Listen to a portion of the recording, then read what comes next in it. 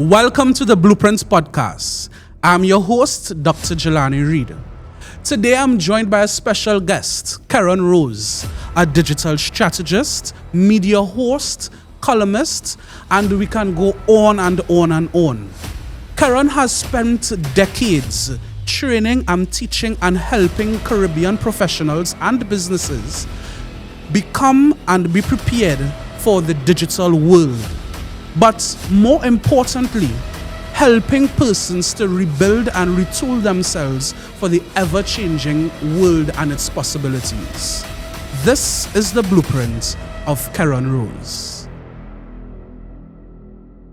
So Keron, welcome to the blueprint. Thank you for having me. Thank you.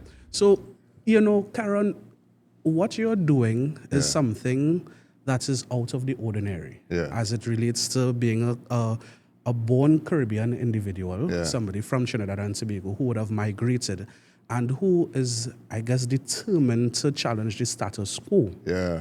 And one of them being is that something that you said earlier on in our conversation, where the Caribbean is a state or a series of countries that it's not for a lack of opportunity or a lack of skill set. Yeah. It's not that. Yet still what we have is a generation or a people still continuing to believe that. Yeah. Why is that? Whew, deep rooted. So I think for me, how everything kind of started. So born in Trinidad and Tobago, I just turned 39 December 10th. So, fresh into the, so born here, we migrated to Canada when I was a couple of months old. Right. And growing up in Canada, obviously you're exposed to a bigger market. And it wasn't until in my 20s where a lot of my friends started to realize that, yes, Canada is big, but Canada is also small, right? What people don't realize is that the population of the U.S. is 365 million. The population of Canada is about 34 million people right now. So Canada is big, but it's small. So opportunities have always been limited. We are always focused on trying to get to the U.S. market or getting into some other markets to tap into opportunities. So you see where this has kind of been grooming me my entire life, So for me, I've always wanted to live in Trinidad. Every time we would come back and visit, I'd be like, Mom, I'm home. Keron, who doesn't want to live in Trinidad? Correct. It's cold and the cold hurts, right? So I've always wanted to be here. But then when I finally got the opportunity to come back, I moved here at the end of 2013, and it was like the perfect time because at that point in time, I used to work at Apple. I was working in telecoms before Apple, so I had gained a nice set of skill sets, and I was always passionate about technology. So by the time I moved to Trinidad, that's when technology kind of started to ramp up in the Caribbean, right? But now that I came from Canada and I moved to Trinidad, it was very evident that I'm now in a smaller market. So again, opportunities are different. But again, coming from Canada, where to me, Canada was a small market too. There was always limited opportunities, especially when you are a person of color. Yes. All of that kind of set the stage for me coming into Trinidad. So from day one of me being here, I was not just limiting my focus to what I could do in Trinidad. It started in Trinidad, but I was always looking at regional opportunities. Being in the tech space, my love for smartphone technology was just that gateway for me to start to build a platform, showcase my knowledge, figure out what are the gaps that I can try to solve based on my skill sets and based on my passions. And that set the stage for me to build my very first business, which was Droid Island. And that's where I kind of built my name. But again, coming from Canada, coming here, being in the Canadian market and always looking at external opportunities, that just set the stage for me here. So now that I'm here, I was always looking at, well, I'm not just trying to build something here. What are the additional opportunities? So it was never, we have a tremendous amount of talent. We have the skill sets. For me, what was always the biggest problem in Trinidad that I learned over time is not our ability, but we're so focused on only building here. I was never focused on just trying to build in Canada. We were never focused on that. So being here now, I've always been trying to focus on what are the opportunities outside of just this one country. So that has kind of set the stage for me moving forward. And, again, not our ability. It's just that perspective I think that we're missing in Trinidad. Perspective. That's interesting because you throughout our conversation from Canada, and you're saying, we're small. Being from the Caribbean, to hear a Canadian say that, you're small, what you mean by that? And it goes right back to perspective. Yeah. Because we are half a dot on the map, right? Canada has a whole drawing. You can see the shape. You can see the shape, right? But yet still, I guess the 30 to 40 million persons look at their space as, okay, these are our limitations. I need to go outside to gain that, to get better, treatment. Everything, better, right? But yet still, in the Caribbean, where we are actually small, right? Physically, geographically, by space, population size, that kind of thing. We don't yet see it like that. No. We see it from the perspective of, I guess, pity. In the sense that, okay, we are just the Caribbean, So to change that perspective, is it that because you had the experience about being abroad, or is it that, I guess, what exactly it is? We equate, like we always talk about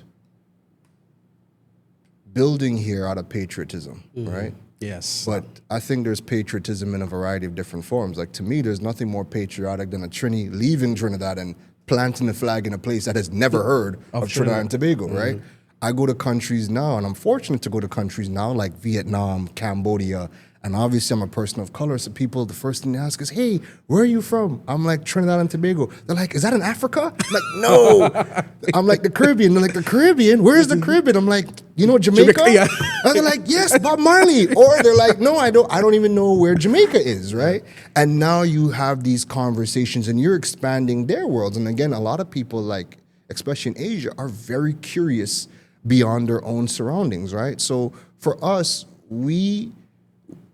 when we think of people migrating, we think that person is no longer a patriot, right? And it's typically because historically, when people have left, they don't ever look back. Correct.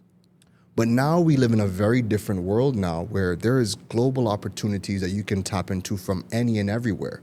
So somebody could physically be right here in Trinidad and learn web design and design websites for people that are living in Cambodia, right? They don't have to go to Cambodia to do that.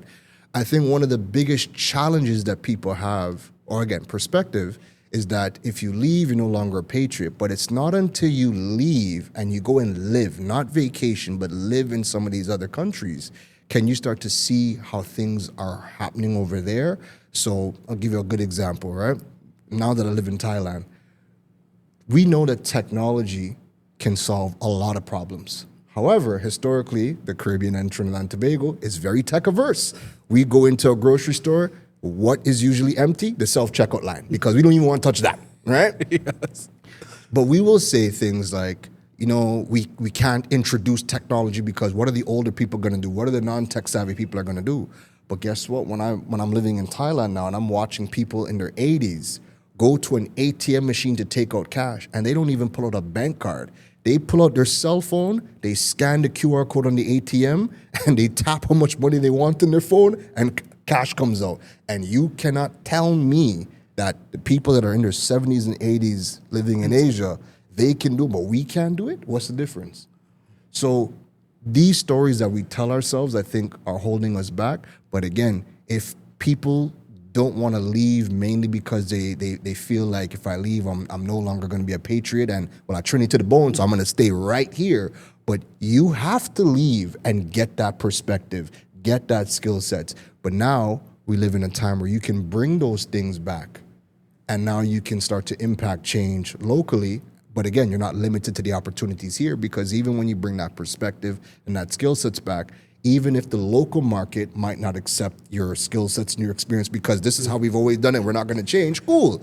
well, I don't have to work for people here, but I could still live here and I could still build those websites for people in Cambodia, still do things in Vietnam and generate that foreign exchange. That's an entire paradigm shift that has to happen. But I think for me, because that's just how it always was in Canada, that it's not new to me. That's just how it always has been. And I think what people are seeing now with my own journey as I progress is that, oh, wow, you really can build something here and export that. You really can learn skill sets that are digital and then get flown out across the world to go and speak on a stage or do things with this company. It can be done right here. And I think it's so important for me because I've always wanted to live in Trinidad. I've always wanted to be back in the Caribbean.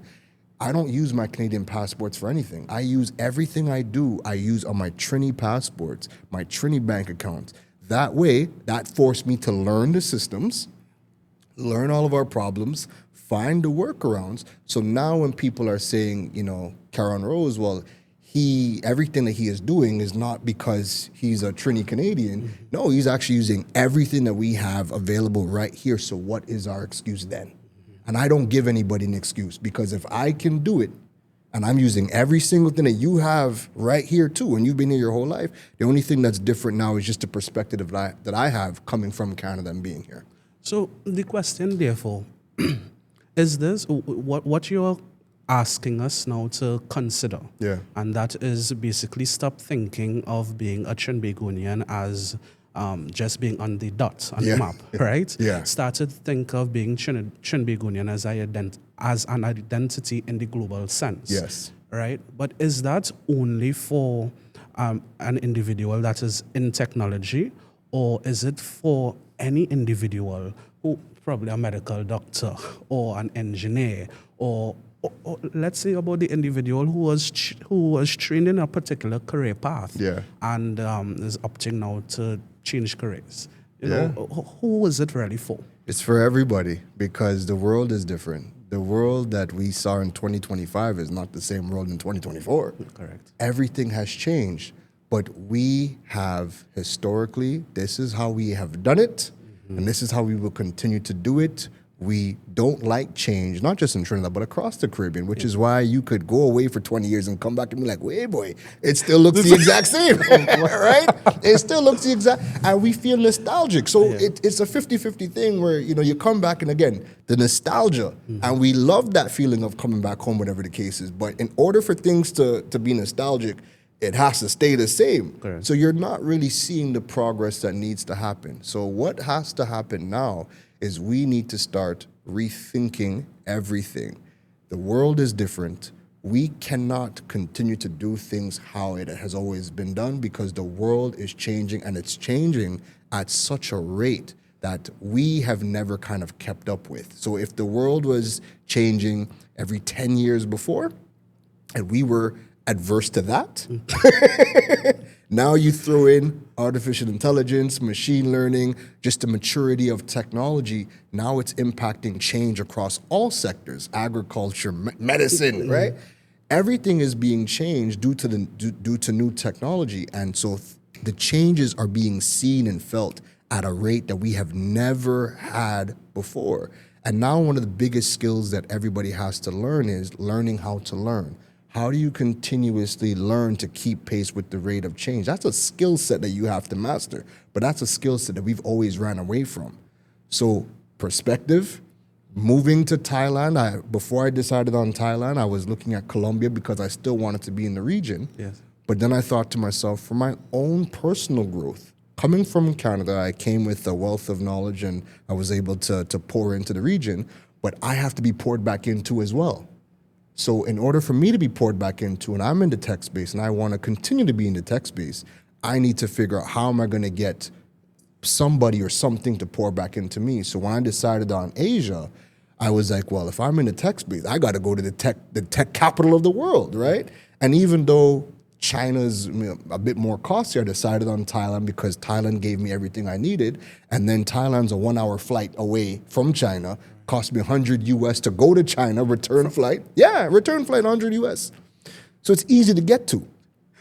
And now that I'm there, I got to go to China 2 times this year and spend pretty much a total of almost a month and a half in China.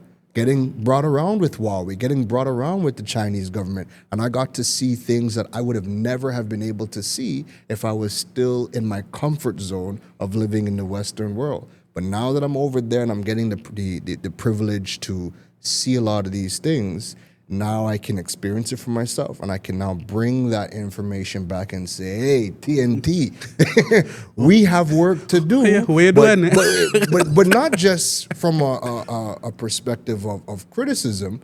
We have work to do, but these are the things that we need to be paying attention to. This is how we can go about doing it, and now I can actually provide a pathway for you to be able to execute on that journey. And I think that's been probably one of the biggest takeaways of coming back this time around, being away from Trinidad for the last year, is now every conversation from the young right to the old, people are asking questions of just reimagining their life. So I know what I'm doing is making an impact, because the questions and the things and the conversations people want to have is completely different. It's no longer when I was Droid Island, hey, what's the best phone? Correct. Now it's, how do I move? I'm in the medical space. My wife is in finance.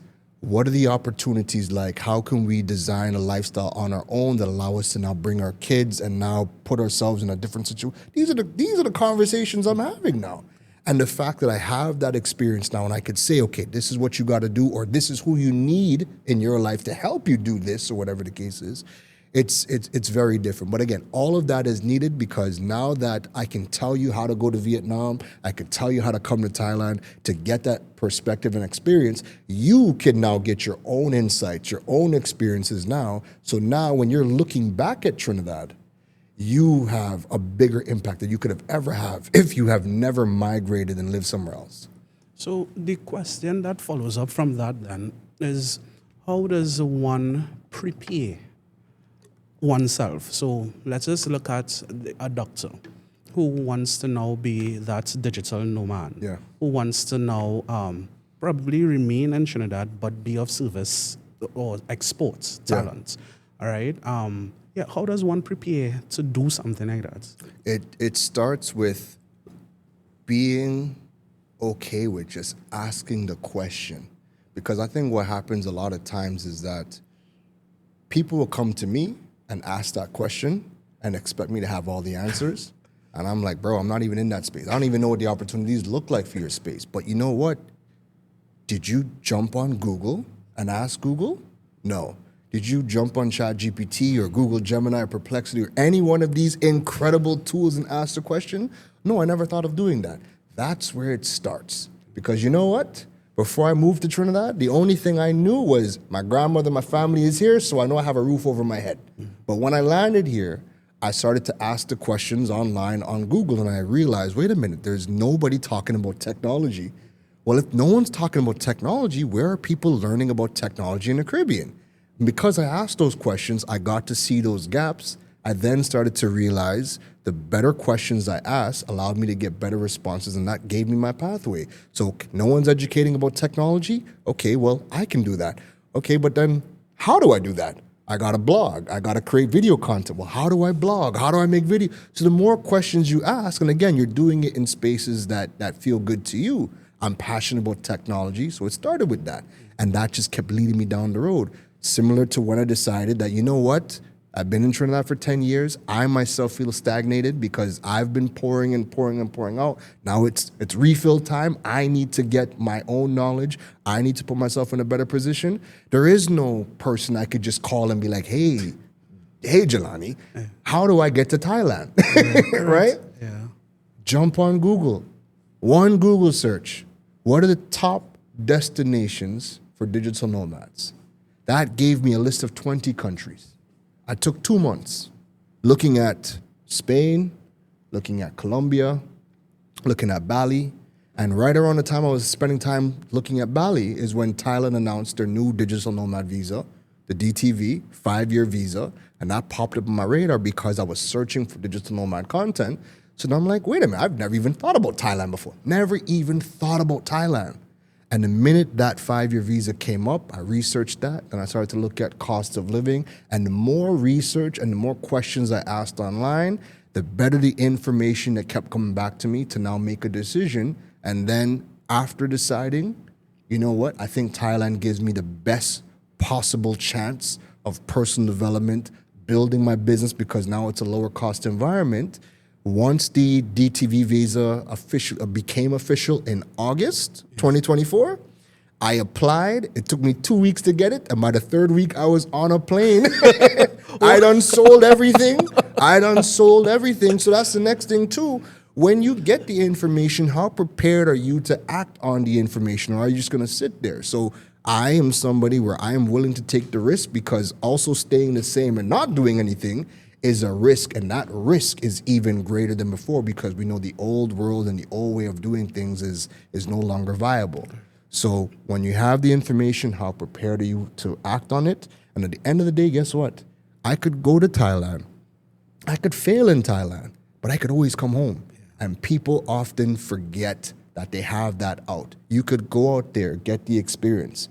If it doesn't work out, you could always come back home, right? And you might feel like you failed. You might feel like you can't face the people that are in your circle, your family. They might try to make fun of you. They might try to, throw shade or whatever the case. But guess what? I tried.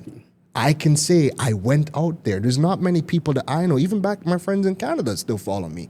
They're like, but you moved to the Caribbean.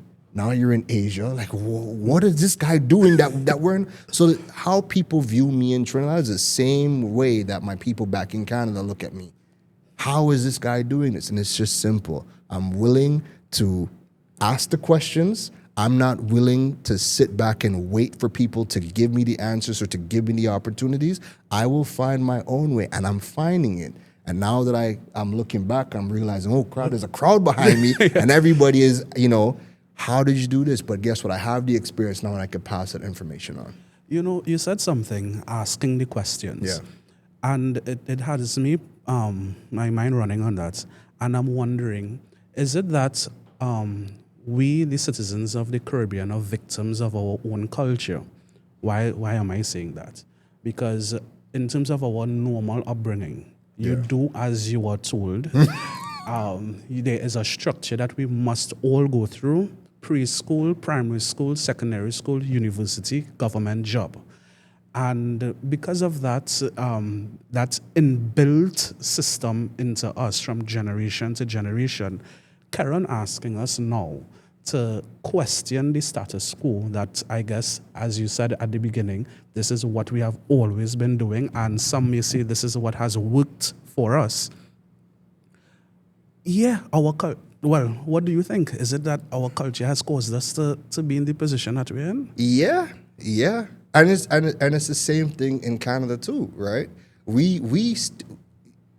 Listen, one thing I've learned, especially being in Thailand now, I have in my circle people from Italy, Venezuela, Slovenia, Macedonia, Belgium, and we're all saying the same thing. Cost of living is high, crime is high. I'm like, it could never be that all of us are saying the same thing, right? Correct. So what is the truth? And how did we all end up here together? Correct. From people. My boy in Italy is in his early 20s. I have some people. Yeah. So I have people from a wide variety of different age brackets. So one of my boys from Italy is in his early 20s, and he's made the move to Thailand. And I have people who are American, who are married, divorced, remarried again, 4 kids in their 60s that are digital nomads and have migrated to Thailand. So we're all saying the same things from different perspectives. So coming from Canada, it's the same thing in the sense where this is how it has always been. This was the blueprint for success. Go to school, primary, get a degree afterwards, get a job. But that playbook has changed, right? The only difference I think now is that in North America, they're more willing to say, okay, this is no longer working. Let's start doing other things. Yes. Caribbean-wide, we just haven't done that yet, right? We're still sticking to our guns. That this is how it has always worked. This is how it's always been. And we haven't upgraded past that. So we're still stuck in that bubble. But I think when we look at America, when you look at China, when you look at some of these other countries, I think you've seen enough people build their own paths so you know it's possible. But if I were to sit down and ask you, how many digital nomads do you know Caribbean-wide? Yeah. You're probably going to say, well, one. You, right? Correct. And for me, nobody, right? For me, it's been nobody. There's nobody I can follow. There's nobody that I can say has a similar background to me that I can, but I guess for me, and I guess this is my own personality trait, I have gotten into the world of trouble because I was always the rebellious one. You talk to my mom, that one, he don't play by the rules, right? Yes. Everybody else, they stay in line, they follow the rules, but that one doesn't play by the rules. So rules are suggestions for you. Yes, but I've realized in the last 3 years, I was always one of the brightest people in school. I was always one of the smartest. But my report card always said, this boy does not apply himself. And I realized in the last 3 years, why do I love to learn, but why was I such a terrible student in school? And it was because I never liked anything that they were teaching in school. I didn't care about Canadian geography. I didn't care about no Canadian history. I didn't care about calculus. I didn't care about none of these things, right? So what interests me now was never invented before. So now that the things that I'm really interested in have only been around for the last 10 years, and heck, how long has ChatGPT been out? Correct, yeah. Right? Yeah. Now that there's so many things that I'm so interested in now, it's very different for me now. And even with my son is 10, right? My son's report card reads almost like mine. The boy is one of the brightest in the class, doesn't focus. And I'm like, that could never be, because as soon as you give him things that he cares about, put him in robotics, all of a sudden you can't talk to him. He in his own zone, right? So I think for us now, we have to be willing to be a bit rebellious. The old playbook is just that. It worked for a particular point in time. If you are somebody who is still sticking to the tried and true, you are going to fail, because that world does not exist. But the people who are seen as rebels today are the ones that are like, man, I'm not going to school. I'm going to be a gamer. And you have your parents telling you, well, there's no money in that. Correct. But guess what? I have people that I bring on my own show, Digital World. I have people that are right in Trinidad that are earning more money Twitch streaming and gaming than people who are in the medical field. So when you're seeing checks coming in, direct deposits from Twitch for 15,000 TT, how are you going to tell somebody gaming is not a viable path? It might not have been a viable path back then. Correct. But until we have more rebels that are willing to say, well, you know what? No, I'm not going to school, or no, I'm not doing this. I'm not saying you don't learn, right? But we have to understand that learning is not limited to the four walls of the education system, right? So even when I get asked to come and speak in schools, I'm always like, I get the spirit of why you want me there, but are you sure you want? What I'm gonna say is, there's read, write, basic maths is really all I think you need in school.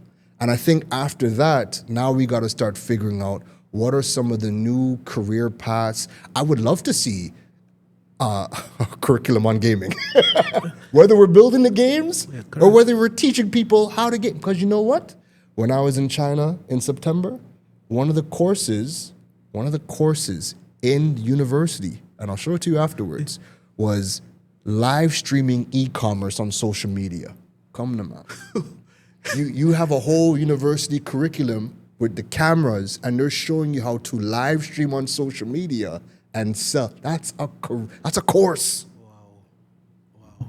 You know, so that discussion on education, that will carry us out. You know, but I would pull something from it. Clearly, there's a need now for us to even reevaluate and rethink our education system.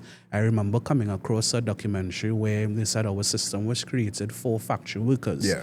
8 to 4, being stringent, follow the rules, that type of that type of thing. But you're realizing how much we have lost in terms of creativity, in terms of persons opening new fields. And you spoke about your experience in China. I remember when I went, that would have been 2017. Yeah.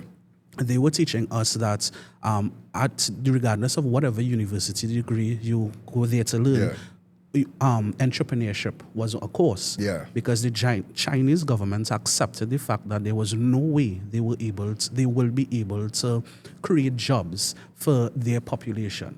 But what they did accept, though, is that every individual that opens a business, either directly or indirectly, 20 persons will be employed. Yes. That's 21 persons the government does not have to worry about in terms of a salary or a pension. Yes. And it shows you now that was 2017. Yeah. And they would have been doing that however long. Yeah. You know, and you are right as well. Now, I do appreciate the calculus and whatsoever, right? Yeah. Those, from what I would say is that every young person should have a basic set of information, right? But our system should be one that, all right, so you see your son who's into robotics, after he has passed the basics, math and English, whatever we decide, hey, we have a school for specialist school, you know, that type of thing. Yes. But throughout and moving from education, throughout our conversation, you have spoken on many times about, you know, you were doing this and then this has happened, you were doing that. And it's really showing a storyline of pivoting, right? And I think that is probably in terms of mental health for young professionals, that's the big thing now. Is that, you know, yes, you're trained to do something. You have been doing this for however long, but your spirit is telling you, there's something more or I'm supposed to be doing something different. But mommy, send me university, you know, how it is I coming back home to tell her, well, you know, me want to do this again. Or what my community going to say, you were just you're an engineer, now you want to do videos. How does one pivot, Keron? We have to address the identity crisis that jobs have created. So, case in point, when somebody asks you, Dr. Jelani, you know, who is Dr. Jelani? What everybody will start with is their profession. Well, I am a medically trained doctor. I do this and this and this. And then the follow-up is like, I didn't ask you what you do. Who are you, right? And that fundamental question, we do not know how to answer because we always lead with what we do. And we equate that is who we are. So when you're talking about pivoting, how could you tell somebody who intrinsically believes to themselves that I am a doctor? What do you mean I can no longer be a doctor? Well, who am I going to be? And that is the problem. The identity crisis that jobs have created. So naturally for me, and again, I'm not saying this from, you know, I knew this. I have always just been a very rebellious person for myself where I just do what feels right for me. And I've just had to kind of figure out what feels right that doesn't cause me self-destruction. And once I found that balance and I could stop causing trouble, that changed everything for me. So when we're talking about pivoting now, the biggest challenge everybody is facing is that identity crisis. They are so tied. What they do is tied to who they are as a person, and that's very dangerous, especially now that we are in a time period where things are changing so fast, where what you are doing today might be great for 2 years, right? Yes. And when it's run its course, you're going to have to figure something else out, right? So for me, even right now, I've made a major pivot again, moving to Thailand. We're going into 2026 where so much has happened in 1 year where I am now doing a pivot again. But my pivot is always coming back to, well, what feels good to me that I can mentally sustain, you know? People might not see it now. Heck, I might not even fully see it, but you don't get the full picture of what it is that you're going to be doing at the beginning. And that's another thing that stops people from pivoting is people want surety. Right? They want surety. They want security. I have a family. I have a mortgage. I have this. I have that. I need security before I can make a decision. But the world doesn't work like that anymore. When 20 years ago, when you had somebody who could be in a role in a company for 20 years, that doesn't happen now. Now you're being called to continuously learn, to continuously upskill, to not have your identity tied to what it is that you do, so that when whatever it is that you are involved in has run its course, you can say, all right, cool. You know, I was a plumber for the last 10 years, but now the robots are coming in and doing all the plumbing. Well, you know what? Now I'm going to be the plumber technician. And let me go learn that skill. Let me go do that. And then who knows, maybe robots are fixing robots. But you have to continuously upskill, and you cannot tie your identity to what it is that you do. You have to constantly think where you are in life. I'm 39 now. What feels good to me now wasn't the same thing at 25. Yes. Wasn't the same thing at 15. You know, at 45, I'm sure something else is going to catch my attention. I'm like, well, you know what, man, I want to do fishing. And it might look crazy to everybody else, but guess what? That's just where I'm at right now. And I think if you can mentally get to that point, and then figure out how is this going to be sustainable. And again, it doesn't have to be no big business, because I'm not even telling people to go and go create this Fortune 500 company. I think the time that we are in now is that you could be a solopreneur working for yourself and generating your own income, generating your own multiple income streams. But you have to have this global perspective now where you can say, because this is what I did. When I moved from Trinidad, I was making good money and I could live in Trinidad, but I'm like, I don't want to make more money to have a better life. I want to make the same amount of money I'm making right now, but have that go further. And I don't want to work as much. Sounds unreasonable, right? If I said that in the context of Trinidad, I'd be like, what are you talking about, right? But guess what? The exact same money that I made in Trinidad now triples with me physically living in Thailand. And now I could say, you know what? I don't want to work as much. I could just work with one or two people, and one client pays all of my bills. So cool, now I can do that one client, make sure that they get everything that they need, all my bills are taken care of. But now that gave me time to go and lose weight, go back to the gym, because before in Trinidad, I blew up to like 250 pounds. And it was because even when I would go to the gym, I would feel guilty being in the gym, because this could be time I could be spent building my business. But now I'm in Thailand, where all of my bills, my security, my kids are taken care of, I'm taken care of. Now I could say, well, fishing doesn't look too bad. And when I get back to Thailand, I'm going to start scuba diving. I'm going to start scuba diving. I got back into the gym. I could spend 2-3 hours in the gym, and I don't feel guilty being there. I was able to buy back my time. So I'm still making the same money, but now I put myself, and I was willing to put myself in a completely different situation, right? And every I guess, hurdle that people come to me and ask me about are not hurdles for me. So they'll come and be like, Thailand, but the language barrier. I'm like, why is that a problem? Are you not willing to learn a new language? Correct, yes. Well, it's not bothering me, but it's on the other side of the world. Like, it's not bothering me, because guess what? My brother came to Thailand twice. My mom just left Thailand. And even when my mom came, my mom was like, we migrated from Trinidad to Canada. Yes. At no point was Asia ever even a thought. Correct. Was never even a thought. Correct. So in her 50s, now coming to Thailand for the very first time, she came with a couple of her friends, because they're like, well, we afraid. Yeah. So let me all come together. And she came with 3 other Jamaicans, right, that I've known for a very long time. So she came with her crew. They came to Thailand. They flew over to Vietnam. They flew over to Phuket. They got a complete new experience in their 50s. But it took me to come over there for my mom to even say, well, I wouldn't just pick up and just, because who do you know? It's on the other side of the world. So if you are willing to put yourself out of your comfort zone, and all of the hurdles and the noise that people are, and the restrictions that people are going to try to put on you, they're not problems for me.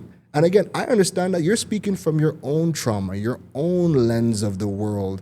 language barrier. Oh, well, I need to be 2 flights away from my family and friends. Yes. Yeah, but that ain't helping me, right?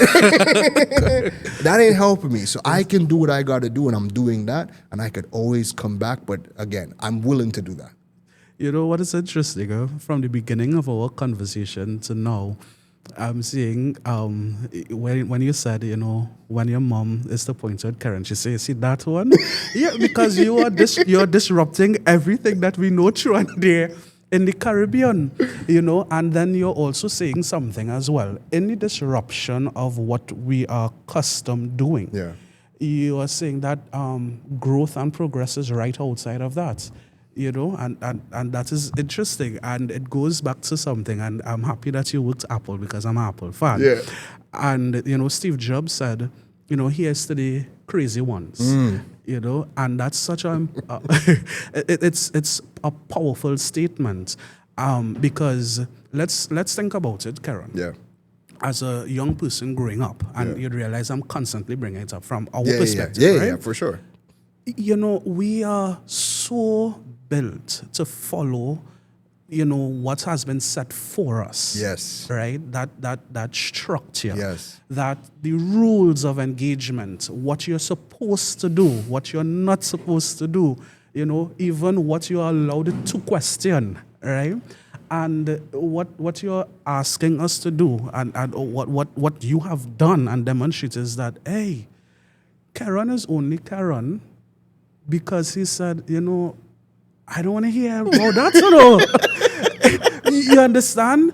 And it makes you wonder, okay, if he wasn't the rebel, if he wasn't the crazy one, as Steve Jobs said, or he wasn't the one that questioned, what your life would have been. And not only what your life would have been, but how many lives would you have not been able to save or benefited from?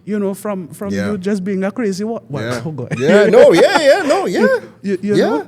And it also demonstrates something as well, perspective. Because everything, so for example, some of the things that you're doing is not necessarily new. Yes. Right? Yes. What you have done is basically the question. The question is, all right, tech. There's no one teaching tech. All right, so I will teach tech. Yeah. Right? Who does that, Keron? You understand?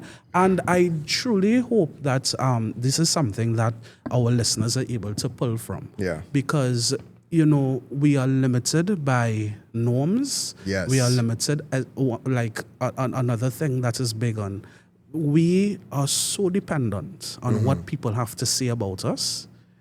We are so dependent on, well, if I do this, then this one go on, or that one will say this, or whatever is the case. And the question then comes about, like, whose life am I living for?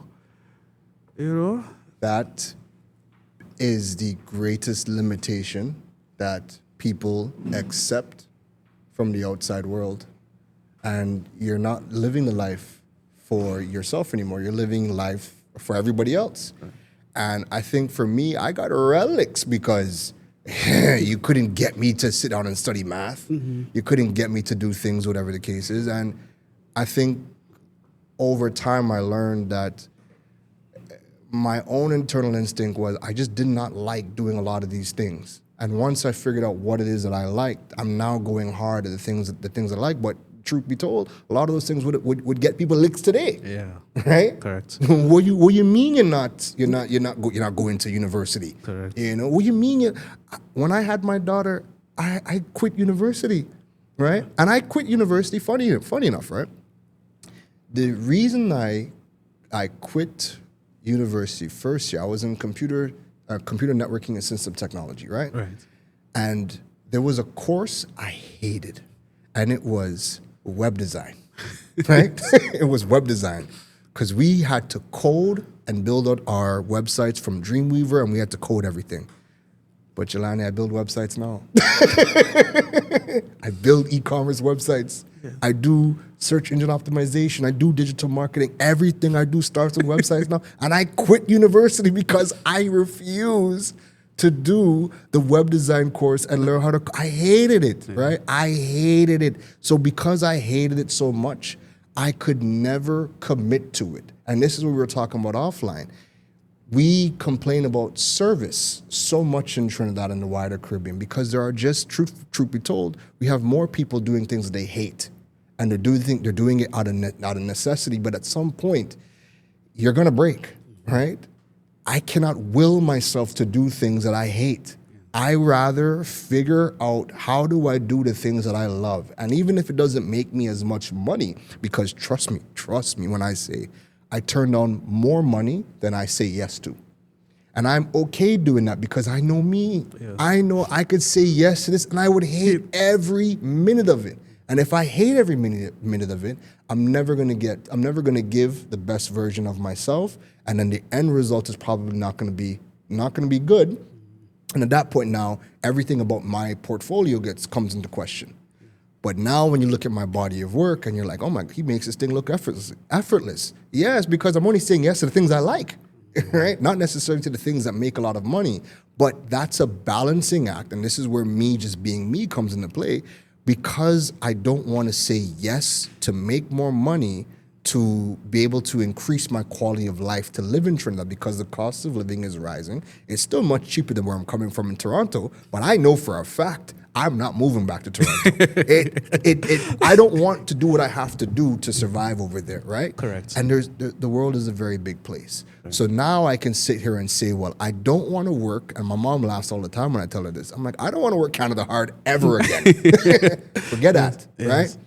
But now, quality of life in Trinidad has completely changed, and I need more. It's not even just the money. I need to be fulfilled as well. I need to be poured back into. I need to see things. I need to be inspired. I need to go into a park in China, watch a group of friends lime in, pull out their phone, order food. I need to see the drone come and deliver food. That stuff, and I'm like, Jesus, what are the skills needed to do all of that? Yes. But I have to see it, and now that I'm seeing it, and I'm experiencing for myself, I'm motivated, right? And because I'm motivated, that's opened up more opportunities in Asia for me. Correct. Right? And in doing everything that I'm doing, now that I've decided, okay, I decided on Thailand because guess what? Thailand it's not China. I love the technology, I love the futuristic, and I love, what I could learn in China. But I still want some culture. I still want the beaches. I still want, an easier cost of living. That way I can manage how much work I actually do to earn money. And then I have time to do other things that have nothing to do with work. I never had that before. Yes. Because when you're in Canada, when you're in North America, you always hear about your cousins, your friends and family, everybody working 2 and 3 jobs to make ends meet, right? That is still not necessarily a thing in Trinidad, but it's getting there. Where people now have to have a full-time job and a couple of side hustles to now make ends meet. But now that we have the maturity of the digital world that we are in, where now somebody can go and upskill themselves. They don't have to go to a university to learn a new skill set. Now you have the technology where I can ply a trade digitally for people around the world and I could earn higher currencies. Now we're getting into a new territory called Geo-Arbitrage, where somebody can have a skill set, they can earn a higher currency and live in a lower cost economy. So now, put it all together. I learned all these digital skills because I wanted to do Droid Island, I wanted to blog about tech. That helped me learn web development, e-commerce, search engine optimization, now artificial intelligence optimization. I've learned all these skill sets. Now I'm applying this trade. I was in Trinidad doing it for the last 10 years. I was doing it for regional businesses. So all of my business is still in the Caribbean. So I'm not limited to just Trinidad. But now I have all these skills. I'm generating money from this island, from this diaspora, whatnot. Now I can go and say, well, you know what? Let me go and live in a lower cost economy where now I don't have to work as hard. The money goes a lot further, and that gives me time now to explore new things. And in the exploration of the new things, that's landed me opportunities in China.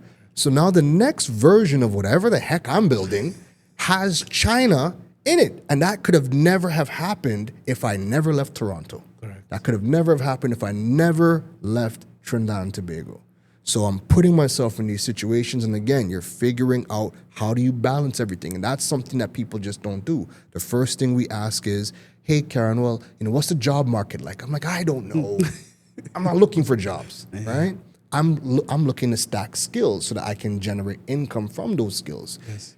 why did you leave Trinidad? It's not patriotic to leave Trinidad. Well, I needed to leave because I needed to get poured back into, but I'm also building a business. I need to manage my costs. I need to manage my own mental health. Putting myself in a place like Thailand where lower cost economy gives me that balancing act now, so I could wake up every day and say, right, I real good. So you are saying constantly, pour back into me. Yeah. What do you mean by that? So pour back into me is, perfect example is, okay, Trinidad, right? When I'm here, not just in Trinidad, but Caribbean-wide, when I'm here, everything that I'm involved in requires me to give, right? But when you ask me, well, Keron, where did you go to learn these skills? There's nowhere here I could learn these skills. Simple and plain. There's no university teaching the things that I'm learning, right? So if I have to constantly upskill, but there's nothing in my environment that is teaching me those skills, then those skills are coming from somewhere else. So when I say pour back into me, when we're talking business-wise, I'm always having to look outside of the Caribbean to figure out, well, where is the world going? What are the global skills that are relevant today for the time that we are in? Where can I learn that? And then go and learn that. And then also just being in the environment with other free thinkers of people that think like me. Now that I'm in Thailand, I was saying earlier, I have people from Belgium, from Macedonia, from Italy, and we are all different age brackets, but we've all came to Thailand at the exact same time from different backgrounds because we've all had these realizations at different points of our life. When I look at my young boy from Italy, I'm like, you're 22? And this is how you're thinking? Yeah. Right? But then I look at my couple from the US that are in their 60s that are digital nomads. And again, they 4 kids, they were married, divorced, remarried, and they're digital nomads now. And they're looking, and I'm like, well, damn, like at 60, you guys could reinvent. That's all good information for me. Yes. That just shows me that age is nothing but a number. You could reinvent yourself as many times as you want, as long as you are willing to do that, right? So being poured back into, when we talk about that, I am now in a space where I'm meeting other free thinkers, other people that are seeing things that I'm seeing. We're on the same wavelength, different backgrounds, different perspectives, but we're on the same wavelength. We are now here all together in Thailand, and now I have people around me where I don't have to explain myself. Yes, yeah, right? Yeah. I don't have to explain why I'm doing what I'm doing. They're telling me what they have done, their perspectives, their backgrounds. Again, we're all on the same wavelength. So when I'm listening to their story from the people in their 60s to the people in their 20s, I'm like, damn, there's a lot to learn. Yeah. So all of that is now being poured back into me. And it's what you're also saying is interesting, because one would believe to do what you're doing, I need to go to university, get a degree, and what you're basically selling to us is that, that was back then. Now I guess you can go on YouTube and YouTube University. Yeah, correct. yeah. You understand? As a matter of fact, I actually tell people that a lot in medicine as well. Yeah. Right? Actually, I don't go down that. Yeah. but there's truly, if there's a will, all you have to have is an ambition. Yes. Right? A thought, a feel. Yeah. And if you truly have that drive, it's there. YouTube, Coursera, Udemy. And it wasn't like that before. Correct. Before, these things did not exist. Correct. So you had to go that route. Correct. And you said also something, buy back your time. Yeah. And that's actually a book that I intend to read next year by Dan something. I don't remember his name. And that's mind blowing. Yeah. Because what you're doing is that we have been programmed to think 8 to 4 is a job. This is basically my life. As you said, that's my identity. Yeah. And that you're now saying, okay. Factory. Yeah, that factory mentality. And you're now saying that, hey, this is just really to cover expenses, right? Yeah. But this does not define who I am. But I want to ask you something. Now, pivoting and because of your own, your character, who you are, it was easy for you. But I have a question, and this is something I guess most persons, when contemplating on pivoting, will come across. Did you have a fear at all through the process, and how you dealt with it? My fear is very different. My fear is very different. People fear the change. I fear staying the same. My greatest fear, and I don't say this publicly, but my greatest fear, what I actually have nightmares over, I have nightmares where I wake up or I'm in a job that I hate. That is my fear. My fear is that I wake up and I failed at everything I'm trying to do, and I have to go back to a job where there is somebody with a whip and chain and barking at me, and I can't do nothing about it because this is just it. There's no out. And I meet people like this every single day where they're like, I can't just leave my job. I'm like, you can, right? I'm not saying you're just gonna wake up and just say, Yeah. But you can just leave your job. You can plan your escape. You can do that. It's available. It's an option. It's an option. Yes. But that's my fear. My fear is that I have failed at everything and I have to go back into it. It's not just a job. It's the fear of being in a situation that I absolutely hate, that I cannot escape. And that propels me to wake up and I'm like, nah, I gotta figure things out. I can never go back into a job where I hate the environment. I hate the people I work with. I hate the manager, and I have no power to do anything. And because we live in a capitalist society where I need money, I can't just go grow some wheat and barley and go and trade. Yes. Because of the system that we are in, I can't just wake up and just barter to go and live, or maybe I haven't figured out how to do that yet. I don't know, right? But that's my fear. That's my fear. So because that fear is greater than pivoting, Yes. I'll pivot every day. I will learn something new every day if I have to. Right. So, Keron, we have reached a point in our series where it's called Rapid Blue. Yeah. And what this segment is practically about is I'm going to ask you a question, and the first thing that comes to your mind, that's the answer that we want to hear. All right, cool. Right? So tell me when you're ready. Yeah, ready? You ready? All right. So, what is one belief that you have completely abandoned at this stage of your life? One belief that I've completely abandoned, that I'm stuck, that everything has to stay the same. A decision that scared you the most, but it paid off in the long run. Boarding that flight to Thailand. I could imagine. I had some tears. I had some tears going through Bianco. But, and funny enough, it wasn't until I landed in Miami and I saw the Qatar team and everybody was decked out to the nines and just moving militant. And I said to myself, I'm like, why am I fearful? I'm like, look at how these people are moving. They learned all this out there. I'm going in the right direction. That was your affirmation. There we go. Yeah. The most misunderstood thing about the digital economy. That you need a degree. Yeah. Yeah. A lesson you learned, but too late.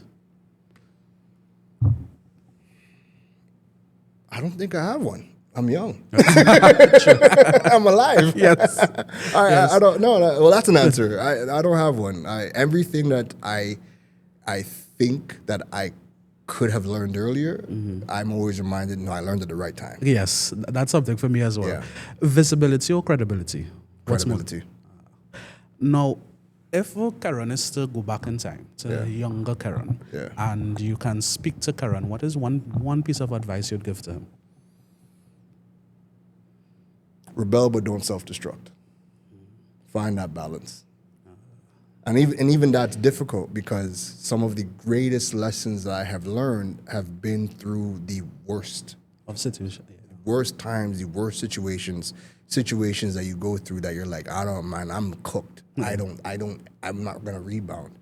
But again, if you don't go through that, and then also, I think probably the biggest lesson is accepting that, because we hide so much of who we are. We hide the shameful parts of our life, and it wasn't until like Game of Thrones season 1 with Tyrion Targaryen, him and Jon Stark had a moment where Tyrion was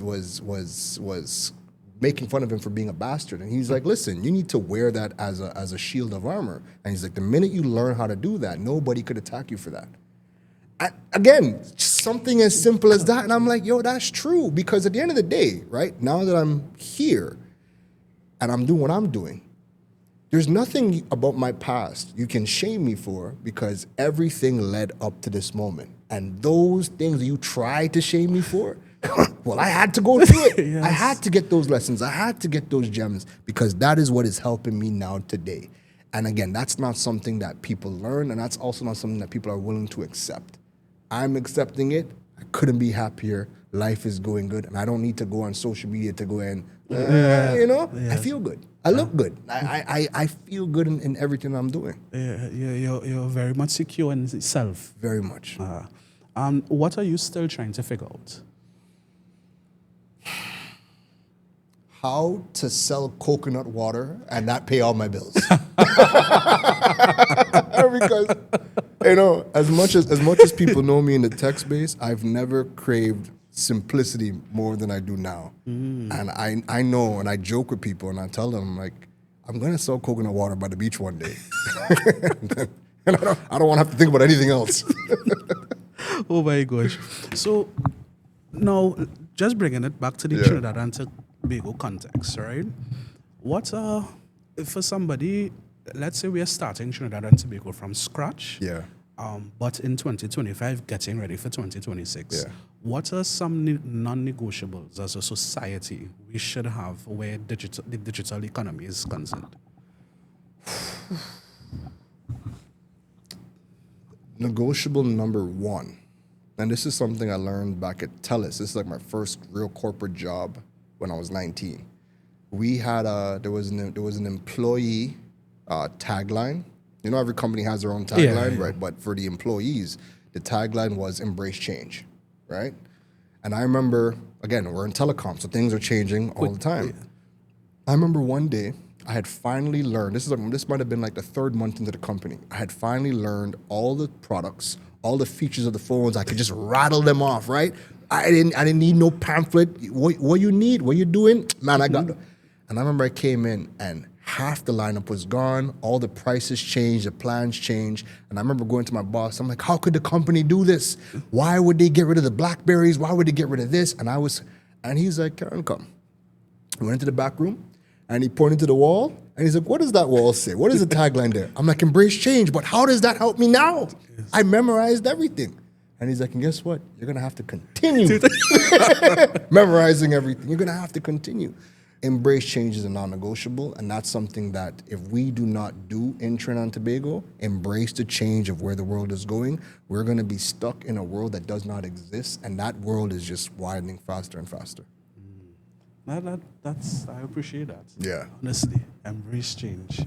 So, Keron, if any of our listeners wants to get in contact with you, how do they do that? Man, you could just Google Amanda.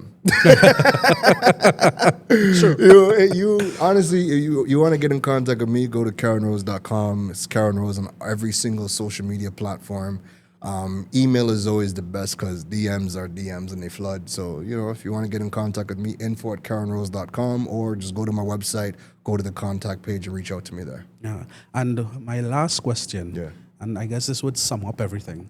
So I remember actually attending a session that you would have had in another organization, and you were speaking about the importance of groupings having a landing page or a website, which is something in Trinidad and Tobago business world that's not a thing. Yeah. And you push a lot about e-commerce.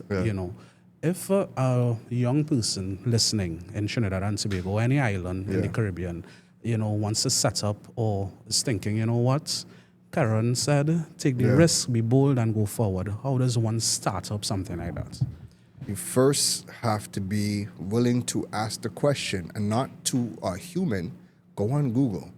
How do I build a website? Go into ChatGPT, because 9 out of 10 times, most people don't even. This is the difference between Trinidad and other countries. Most people here are always looking to ask somebody else. So they'll go on Facebook and ask the question, but you look around, you're not even seeing that happening in regular day. Who here can guide you on that, right? be willing to ask the question and then be willing to experiment with the information that you have learned. Because again, there was nothing for me to compare to. There was no blueprint for me. I did not learn, web development and then came here and everything worked. Matter of fact, everything I learned in Canada when I came here, I realized, oh wow, none of this is relevant. And I had to re-engineer and figure things out on my own. But if I wasn't willing to experiment in my own personal capacity and get all the information and insights on my own, you would not know who I am today. Everything I did was because I asked the questions. I'm like, all right, cool. So if I want to show up on Google, I got to get a website. If I want to sell online, I got to get a website. All right, well, let me learn how to build a website. Then I realized, well, there's WePay, there's PowerTrans, there's PayPal, and I'm like, wait a minute, these things don't work on every single web platform. Correct. Well, if they don't work on every platform, what do these payment gateways work with? And then you just start to experiment and you learn as you go. What we are waiting for is we are waiting for somebody to do it and then tell us how to do it. What we do not do is be willing to experiment in our own personal capacity, so then we just never start. And until we get past that, we are going to struggle, because much of the information and the content that's available for us globally, what we do not understand, this is a perspective. The people that are the MKBHDs of the world, the tech content creators or whoever, they are talking to their market. They're not talking to you. You just happen to be able to access the content because it's global, but they're not talking to you. They're talking to the Americans. They're talking to the Canadians. They're talking to their own markets. We do not have people that are building here that are speaking to us. Or I should say we don't have enough people doing that, right? And when we do have people that may have done it, they gatekeep, which is why when you Google, you don't really get local information. You always get people from external information. Correct. But if you're not willing to take that information and experiment and figure it out for yourself, I'm not gonna lie to you. It's gonna be rough, because there's nobody coming to save you. There's nobody we're waiting on the government to what? Just tell us how to build websites, tell us how to do. It's not happening, right? It happened for me because I was willing to say, all right, cool, this is how things work generally. All right, let me learn the skill sets, let me actually do it. And the learning is in the doing. You bump your head, you're willing to say, okay, I lost a little bit of money here or I lost some time here, but I learned, how do I do this thing better? What is the way, if I want to get this thing done, how do I do it? And you figure things out. Everything is figure-outable. And that is a motto I live and die by, that everything is figure-outable, right? I don't want to work. I didn't want to work as hard. I didn't want to make more money to just live here. But again, that led me to Thailand. Everything is figure-outable. Thank you very much, Keron. So, Anytime. Listeners of the Blueprint, just start.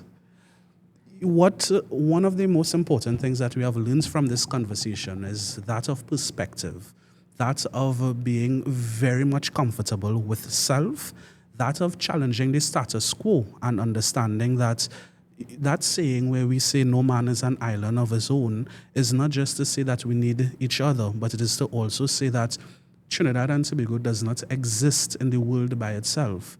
That although you are a citizen of Trinidad and Tobago, a patriot, you are actually a citizen of the world. And therefore the world is your playground and you just do it. So if you know a friend, if you know a colleague, if you know a family member that has that buggling idea on their mind for some time, where they are thinking or contemplating about doing something or pivoting, just tell them, just do it. Until we see each other again, this has been another episode of the Blueprint Podcast with Dr. Jelani Reid. Thank you. Thanks again, man. I appreciate it. Pleasure, man. Pleasure.